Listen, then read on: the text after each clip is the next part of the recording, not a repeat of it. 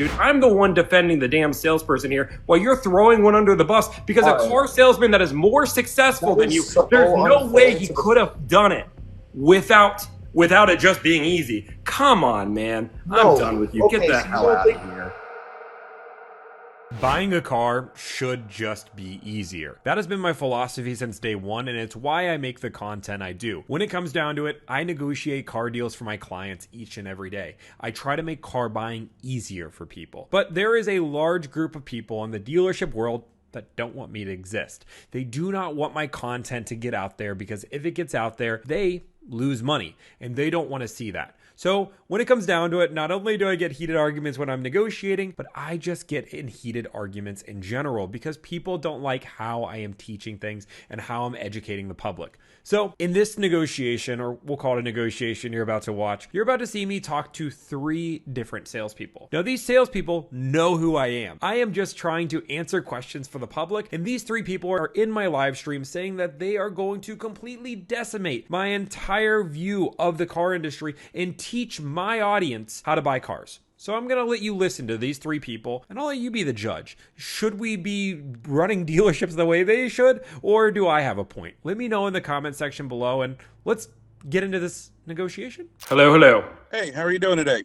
Hey, man, I'm doing well. What do you want to say? Say your piece. I wanted to talk about whatever you want to talk about, but only grab what they want to hear and not really how to conduct a good car deal for everybody on both sides, the consumer and the dealership. Sure. I mean, yeah, negotiation is a game of chess. The ideal is a side that both people agree to. It doesn't always have to be a middle ground deal. There's going to be deals that both sides agree to that benefit the consumer more, and there are sides that benefit the dealership more. Like, for example, first-time buyer that has no idea what they're doing might both agree to pay $5,000 a markup. They might think that's a great deal. The dealership loves that deal, and both sides agree, but that doesn't mean it's fair to the consumer. Just like you guys don't want to. I will tell you this: the $5,000 markup, that's a horrible deal for the consumer. I truly believe that, and I don't like the idea of ripping clients off at all. I want to be able to conduct car deals where the client is educated on what they are purchasing, and they get a fair deal to where the dealership doesn't have to lose $2,000 back of invoice. I think that's crazy. I think that's ludicrous. Yeah. And when it comes down to it, like I said, I think there's going to be, beautiful thing about car industry, it's not about one deal, it's about a law of averages. And that's where it's at. There are going to be deals because in reality, there are going to be people that won't buy unless they're $2,000 back of invoice. And you're trying to do that to hit volume bonuses, to get more inventory, to hit your bonuses, to hit your CSI goals. And all of these things are happening. There's a reason why dealerships created this negotiation model. Let me ask you this then. If there's volume bonuses involved in making car deals and hitting certain levels, I get that. I experienced that. I understand that. But if I find out a client gets bonuses for being good at their job, should I charge them more money? What? No, like I don't get what you're saying. Exactly. No, what you're saying is, well, you got to hit volume bonuses, and that's why you should give better deals, or you should be able to negotiate more to get to your deals. But if a consumer in their regular 9-to-5 job gets yearly bonuses that I'm not aware of, and I find out, you're saying I should be able to charge them more money. It's the same catch-22. What you're talking about is somebody's job versus somebody's business. Dealerships they're both jobs and businesses. But no, incorrect. Because dealerships as a whole, as a business, do not rely on new car sales in order to pay the bills. I agree with you 100% on that. So because this is a cycle sale, like it's very similar. Like let's go to a crazy comparison of Costco's rotisserie chicken. They lose money per car or per chicken they sell, but they do that because people come in to buy the chicken and they buy 900 things. Car dealerships, in the most simple terms, are the same thing. People come in to buy the new car, and then they go to finance, then they go to service, then they go to parts, and it's this cycle. So when it comes down to it, them losing $2,000 sucks for the salesperson, sure, but in reality, it is this loop cycle that they're now in, which is going to make the dealership money. This is why owners don't mind losing money, but salespeople hate it because owners think of the big picture because they see the money coming into their dealership, not the other way around. But there's loss leaders in so many businesses. This is a very common thing. I get that. And I agree. Loss leaders help bring in new clientele that we normally wouldn't see. And I agree with you on that. Let's talk a little bit about back-end products. So I'm getting from you in the videos that I've seen from you and the times that I've seen you in your live, you are against the idea of back-end products. Am I correct? I was in finance for 5 years. My philosophy with back-end is really simple. That back-end is, you shouldn't buy back-end because you hope you need it. You should buy it for peace of mind. So buy a warranty because you like the idea of peace of mind. I don't think you should pay full pop for it. I believe you should negotiate that down like anything else because that's where some of the highest profit margins are. When it comes down to it, you should buy it for peace of mind. mind. I agree with that. And I agree with that philosophy because I did finance for 7 years. Okay. But the way that your people in TikTok see your videos to you, and the way that you're saying that you're saving people time and the negotiation and all of that, it sounds like you're eliminating those items without letting them get a fair chance of being educated on what those items do. Have you watched any of my videos talking about finance? Go watch my playlist. This is just a case of you haven't watched my videos. Like, go watch. I don't watch all of your videos, and I would be granted that. But when I do catch your lives, that is the perception that I am given. Yeah, I mean, just go. I have a play. Like, it's like you can just go through and look through my playlist on warranties. I say the same thing. Value, peace of mind, buy a warranty. If not, I don't believe in tire wheel coverage 90% of the time. You don't need that on a RAV4. I agree with you on that too. Tire and wheel coverage is a gimmick. But things like warranties, gap insurance, prepaid maintenance, those things are important. Yeah. I mean, they can 100% add value. Again, when it comes down to it, it's do you value peace of mind? Like, you don't buy car insurance for the day you hope to get T-boned. You buy car insurance for the what if. Same with a warranty. That being said, you should 100% negotiate that down if you want that idea. Now, prepaid maintenance is an arguable. Prepaid maintenance makes sense because, again, it adds people to the cycle. If you again pay full pop or full price on all of these things, you're overpaying, and that's the adding people to the cycle is a horrible way to explain to save money on an inevitable thing that you're going to be paying for. So negotiation is a game of chess. Consumers. Oh, no, I agree. Negotiate the cost of it. I do agree with that. I agree with negotiating that. That's fine. We're not arguing about negotiating car deals because I do, and that's a whole nother conversation I would love to talk to you about. But the idea of prepaid maintenance is an inevitable thing. You are going to maintain your car. Why not do it with the experts that actually see that car on a day-to-day basis, that know when they see a problem before it exists, before it becomes a big problem? And that's what also you're paying for. I mean, when you sold PPM, is that how you explain it to people? So the problem with prepaid maintenance and how you break it down is there statistically, service and finance and sales are all three different departments. They're three different businesses. And in theory, there are plenty of times where you can just pay service for prepaid oil changes, and it will be cheaper than paying for a PPM plan if you're paying full pop for their maintenance plan. Again, this is how that process works. Service, you can get plenty of good deals on their maintenance side if you are deciding, hey, I want to do maintenance and just do that with service. If you negotiate the maintenance plan down, sure, you can get that. But if you just pay the full asking price, you're going to overpay versus what you're actually paying. Every brand is different. And again, it depends on what you're going for. Like BMW comes with their maintenance included. So like that PPM doesn't make sense till years down the road. Mercedes is the same way. If you're looking at Toyota, they come with some included. Everybody's different, but a lot of that value isn't talked about when they're selling these. They just say, oh, it's 3 years of free maintenance, even though you get 2 years for free. All of these things are profit margins. They're all trying to gain profit while getting people to the cycle. Your goal is to make as much money as possible, but in the reality, the number one goal is get someone in the cycle. Okay, let me ask you this. Why do you keep saying the word profit like it's a dirty word? I never said it's not a dirty word. I didn't interrupt you. Let me finish my statement. Profit is not a dirty word. This is America. We are a capitalist country, and we are here to make money. We're not a charity. And when you run into somebody that is a true professional, knows the car 100%, wants the best, finds you the best car that fits you and your family and all of your needs, should that gentleman get paid profit? It depends on what the consumer sees value in. Oh, so people in their skill set does not add value to the experience of car dealerships. Am I correct? Is that what you're saying? Consumers, that's if you're talking about a capitalist country, consumer sees value, so they pay. You're saying there's a world where dealerships add value because they say they add value, so we should pay more money. No, I did not say dealerships. If consumers, what I'm saying is consumers, if they see the value, they'll pay more. Like, for example, people pay me more knowing they'll pay more because they understand that there's value in what I do. I add value to the car process. Can we mute Nathan, please? When it comes down to it, I have never once said that profit is a dirty word. I have never once said that dealerships shouldn't make a profit. Dealerships are for profit. Nothing inherently wrong with that statement. Just like there's nothing inherently wrong with consumers wanting to save the most amount of money. Both sides are allowed to be true, and that's where I've never once said profit is a dirty word. My job is to educate consumers how to get a good deal. So yes, I talk about how to get a good deal. I don't tell salespeople how to make the most amount of money, even though I do, by saying all the things that they should change to make more money. If they just followed my advice and changed dealerships, they would make more money. They'd be more profitable. I enjoyed talking with you. I appreciate your time. I would look forward to some more of your content in the future. I appreciate it, man. Thank you so much. Have a good night. You too, buddy. Man, what up, Jim? I think you said you'd cook me. What's going on, man? How are you? What up, man? Living the dream every day. Listen, brother, I actually respect your business a lot, but I love it. Start off, I respect you, but hey, there it is, man. I mean, from a salesman, right? You used to be in sales. Yeah, You used 100%. to be in finance. Yeah.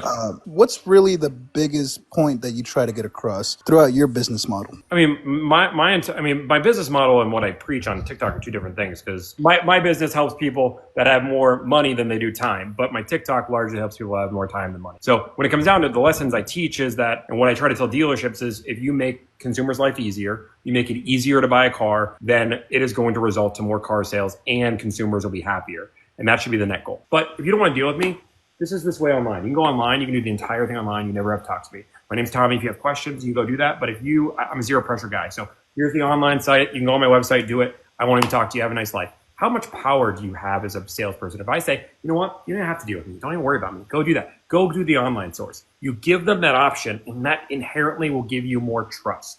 Because now the consumer knows that, oh, he doesn't even have to sell me a car. He's giving me an alternative if I want an alternative. That's why with my business model, this is why I think salespeople need to learn from my business model. I say hire me to save time, energy, anxiety. But if you don't want to do that, just follow my tips. You can do it for free. You don't need to hire me at all. I give people options, and then they don't feel trapped. The problem is right now, dealerships do not give you options. You buy a car from me or you buy a car from me, and that is it. The second you give a consumer an option, they're going to feel like it's a more trustworthy business. I'll tell you what, man. I mean, a lot of your business is based on the automotive industry, but I'm talking about sales in general. I mean, I've been in the auto industry, I've been in the wireless industry, I've been in, the real estate industry. I think, realtors get the most appreciation and they also take home the biggest commissions. Realtors are considered realtors have one of the worst reputations as of late, ever since this whole commission crisis. People are anti-realtor in the highest. People are avoiding realtors like the plague. Yeah, but at the end of the day, they're needed. And it is the biggest purchase that you make throughout your lifetime, if you even get there. But when it comes to... But there's plenty of people that are avoiding the realtor market right now, too. I mean, there are plenty of people that are going to models that avoid no dealer or no realtor at all ever since you have to pay a flat fee. People aren't wanting to avoid it. So then when it comes to your business model, right, your business, you said it's separate from TikTok and what you promote on TikTok, which, I get it, two completely different things. Let's go ahead and start with CarMax and Carvana, right? They sell cars above, way, way, way, way, way overpriced above MMR. Sure, yeah. You could agree with that. And they're a non-negotiating, business model, non-negotiating dealership, right? But you go to CarMax and it's convenient. You love it, right? You feel secure. Kind of, sort of, yeah. Right. Depending on the salesperson and the way you present, the variable options that are available when it comes to warranties, when it comes to, the packages that actually get included. And people actually take the time to explain this and the benefits and the value that it actually carries, right? We're not talking about, some cheap AutoZone, spray for your vehicle. The problem is that a lot of consumers, and this, you've been in the car industry, you've been in the sales industry, your clients probably just deal with you because, they're not where they need to be mentally to negotiate a deal themselves. I mean, let me just touch on the point so we just don't go down a rabbit hole where I can't go. So I think Carvana and CarMax is not the answer. And the reason being is that you say the confidence level, but people don't have confidence in Carvana and CarMax because their cars are way overpriced. And their business model is because not enough people are utilizing them to trade in cars, they have to overprice their trades like crazy to get inventory. They also can't do new cars, which is a big problem. But Carvana and CarMax, people don't have faith in them because they have a lack of expertise. Their reconditioning process is basically non-existent. And when it comes down to it, people don't want to overpay for their cars. When it comes down to my service, it's just disingenuous to my clients. My clients value their time more than they do their money. A lot of my clients are doctors, lawyers, or realtors or salespeople. They don't have the time to deal with this. It's not that they're in a mental state. A lot of people think my clients are they're scared to negotiate. My clients are busy people. They just don't, they make more money hiring me, paying me $1,000 than they ever do spending 4 or 5 hours in a dealership. And that's the mentality they have. So let's not misrepresent my client base. My client base value their time more than they do their money. They're not scared to talk to you. Based on most of your deals, are these cash deals? Are they finance deals? I mean, how much money are you really saving them, versus actually going into the dealership, working that deal out themselves, maybe even, paying a little bit above than what you can get them. How much money are you actually saving them? Because you're charging, from what I hear, and I'm not too, informed on your business, but from what I hear, you're charging about $1,000 per deal. Yep. Not about, so that's exactly. Not $1 more, not $1 less. There you go. So that's what, about average $20 a month? Sure. If you want to put in the monthly equation, sure. There you go. So how much money are you actually saving them? So our average savings is 6,000 on a car deal, an entire car deal all in. So, but then that doesn't equate the time, which on average our clients spend about 30 minutes talking to a dealership in total and doing their entire process. So they spend about 30 minutes and they save on average $6,000. So that's the mentality. You tell me what car you want, you're going to spend 30 minutes in total doing paperwork, doing everything, going over your car, talking to me. You pay $1,000 for that. But again, most of my clients would say, if I saved you $1,000, they would pay. As long as I cover my fee, then I'm good. Like for them, it's a net wash because they didn't have to deal with it and they still got all the benefits. Why do a complete 180 on TikTok, promotions and your presence, right? And like completely obliterate salespeople? Because I get it, obliterating or just embarrassing, just your regular shady, car salesman. Cool.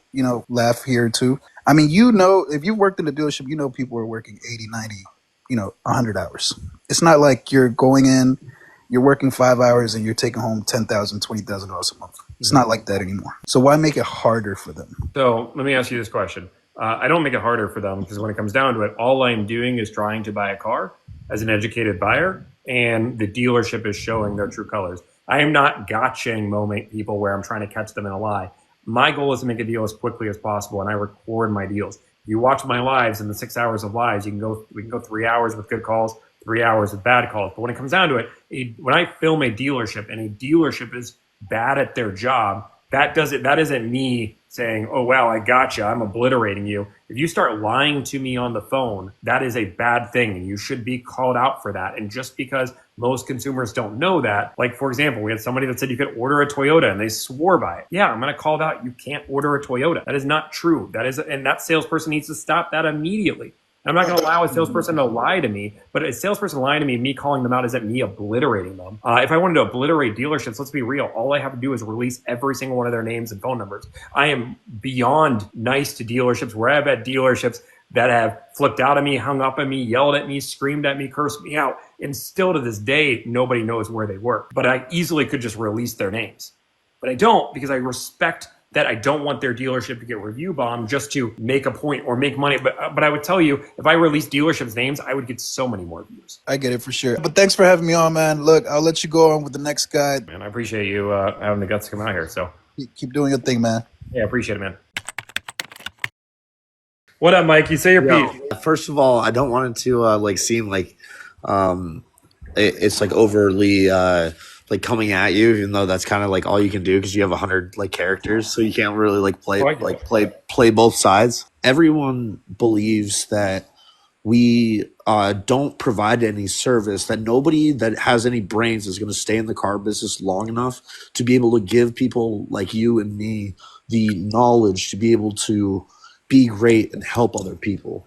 And that scares me because as you take pride in your job, I take pride in mine, as far as like, I don't want to overcharge people. Like, I love when I get to help a credit challenged person get into a car that they never thought they'd be able to get into or something like that. Sometimes when I watch your stuff, it makes me feel like you don't recognize that there's some good people out there that actually do things the right way. Again, this is the problem, is you guys watch a viral video and that's it. You don't watch the whole channel.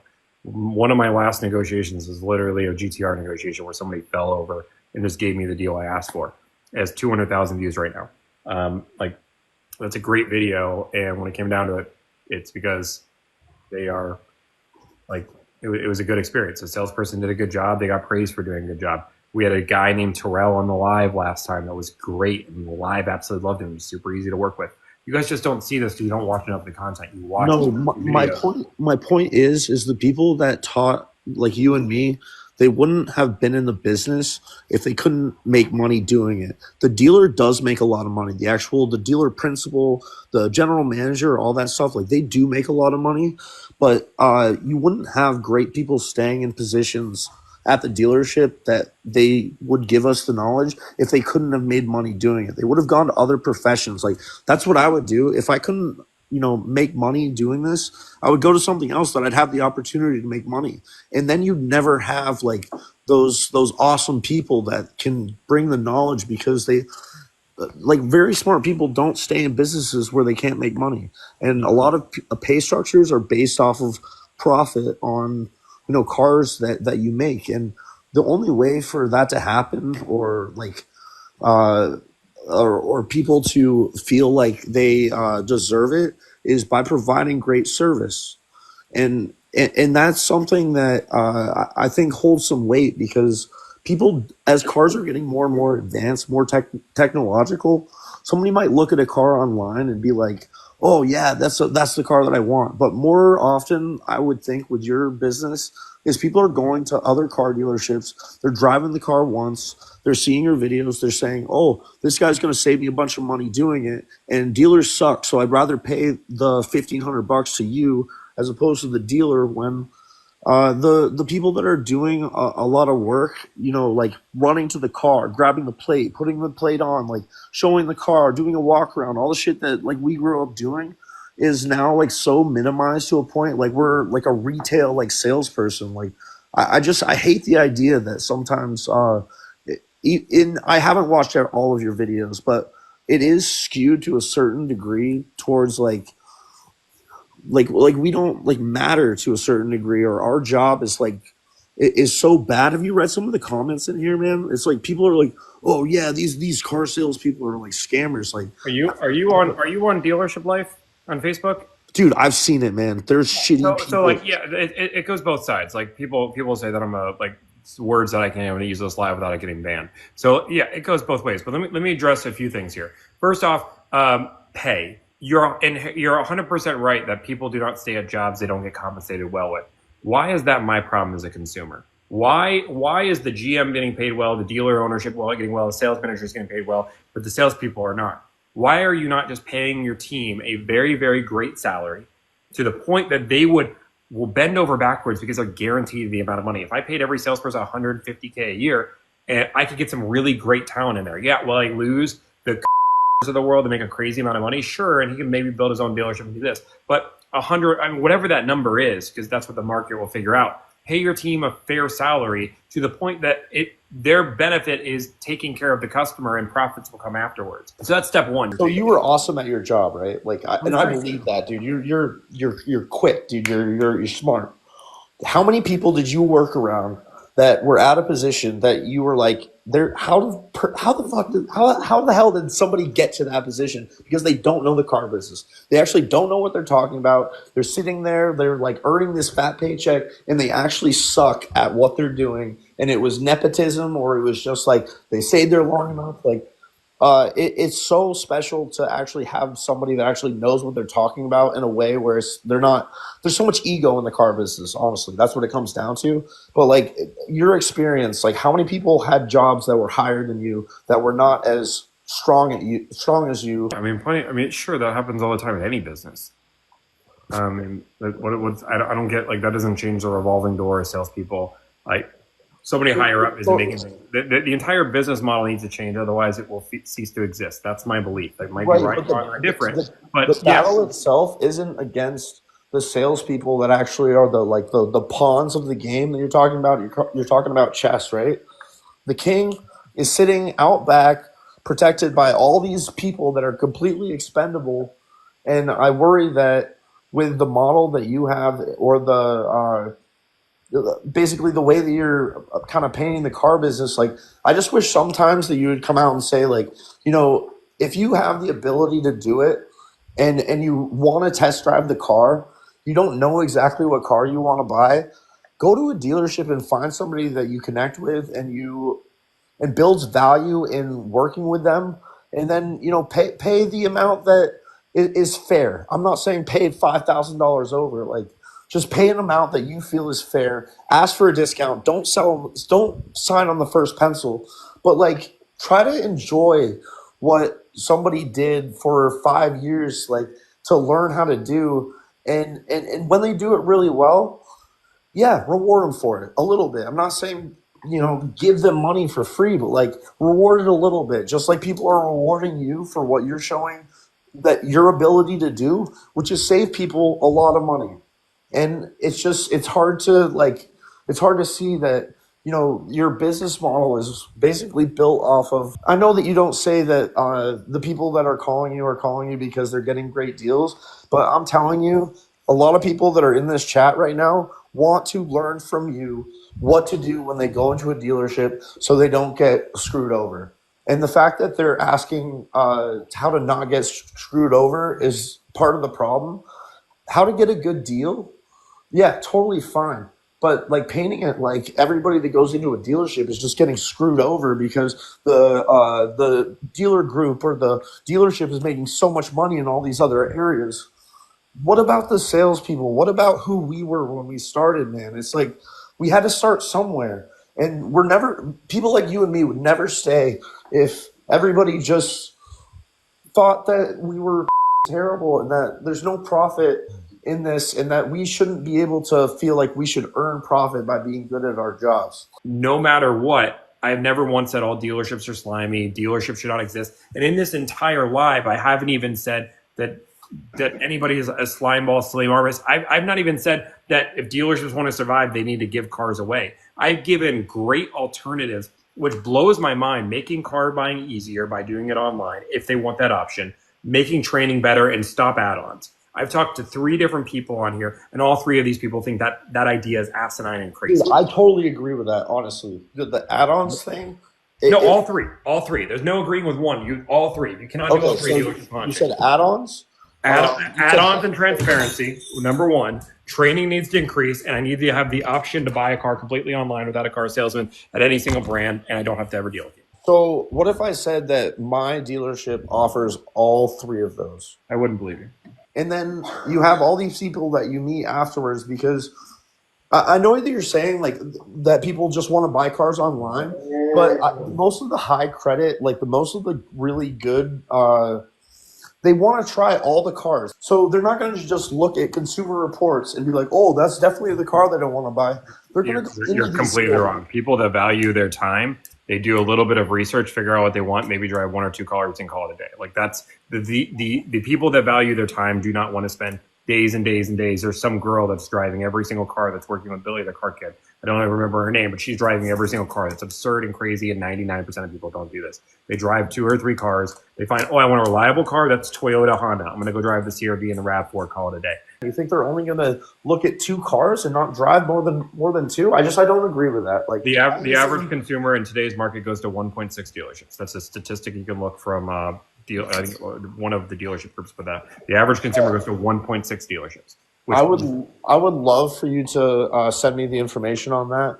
I'd also argue that the reason why they do that is because they met a real salesperson like you. They met a real. You think the average consumer meets a great salesperson after 1.6 dealerships? It doesn't matter. It's like it just doesn't matter. Let's make it Amazon. Let's have everybody order cars online. And like just call it quits and like fucking the job doesn't matter. I hate the fact of thinking that way because it's like you spend all this time, getting like, proficient at it, getting good at it. And I know that you said this. I just said salesperson. Guy works at a Toyota dealership, number 1 salesperson in the country. He sells cars. He does this in a way that he can make a 7-figure job. He works at Toyota. Toyota, a dealership that has they sell themselves. It's like, hey, look at this car. It's a Toyota. You want to buy it, dude? Those are not cars you have to sell. Like, I'd love to see him do it at a Hyundai or a Kia dealership or a Mitsubishi dealership. You think he's selling that many cars at a Mitsubishi dealership? Like, you know what the average Toyota salesperson are selling a month? Because the problem that you're not thinking of, Mikey, because I don't know what brand you sell. When it comes down to it, Toyota has a problem of, yeah, sure, they're valuable cars because they make a damn good car. But when it comes down to it, they don't have inventory. The dude is selling 1,400 cars in a damn year in a business that he built selling cars. And you have the audacity to say, and I'm the one saying that salespeople have a bad problem. This dude has figured this shit out, making 7 figures. And you have the audacity to say, these cars sell themselves. Anybody can make 7 figures selling a Toyota. No, they can't. But what about the rest of the people? What about the rest of the people? That's absurd, dude. I'm the one defending the damn salesperson here while you're throwing one under the bus because a car salesman that is more successful than you, there's no way he could have done it without it just being easy. Come on, man. I'm done with you.